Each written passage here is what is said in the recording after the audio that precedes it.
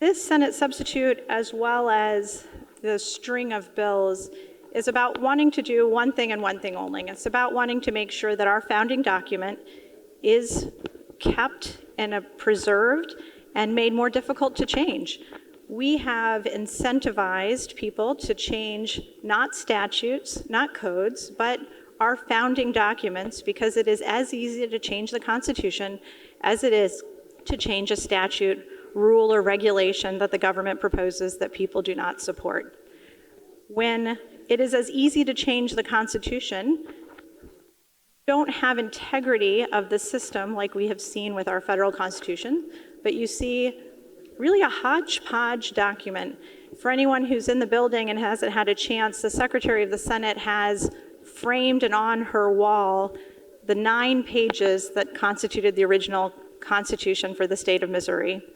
That has now ballooned into a book, and inside its pages you'll find many, many pages dealing with a number of issues, none of which have to do with the government, the governing of our body, the way that we set up the government, but instead has things like bingo and marijuana usage and any number of other provisions that by all accounts belong in state statutes.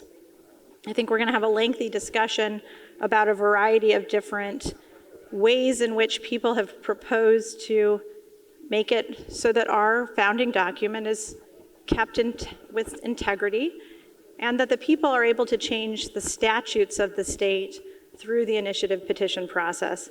I think talking about this as IP reform is a little bit clunky and sounds maybe like we have a computer problem. And so instead of talking about IP reform, I'm going to be talking about the integrity of our founding documents.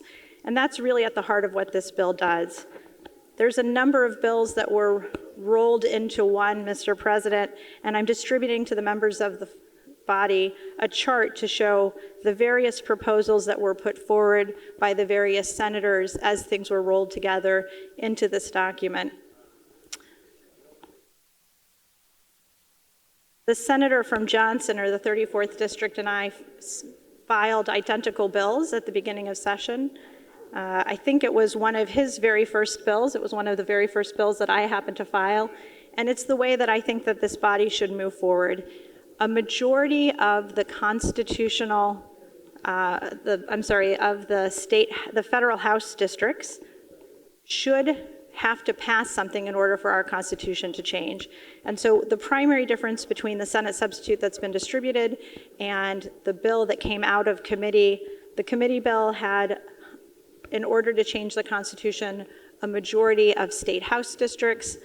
I am reverting back to, in this document, in the Senate substitute that's been distributed, a majority of the congressional districts, 5 of 8, a simple majority, to make sure that all voices across the state are heard in changing our Constitution. Our founding documents should not be able to be changed just with a simple majority of vote.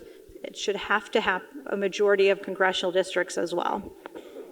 There's also a number of other provisions that are really common sense ideas about ways in which that we should be limited from changing our Constitution, making sure that people aren't able to put commonly known as ballot candy to incite people to pass or to not pass something.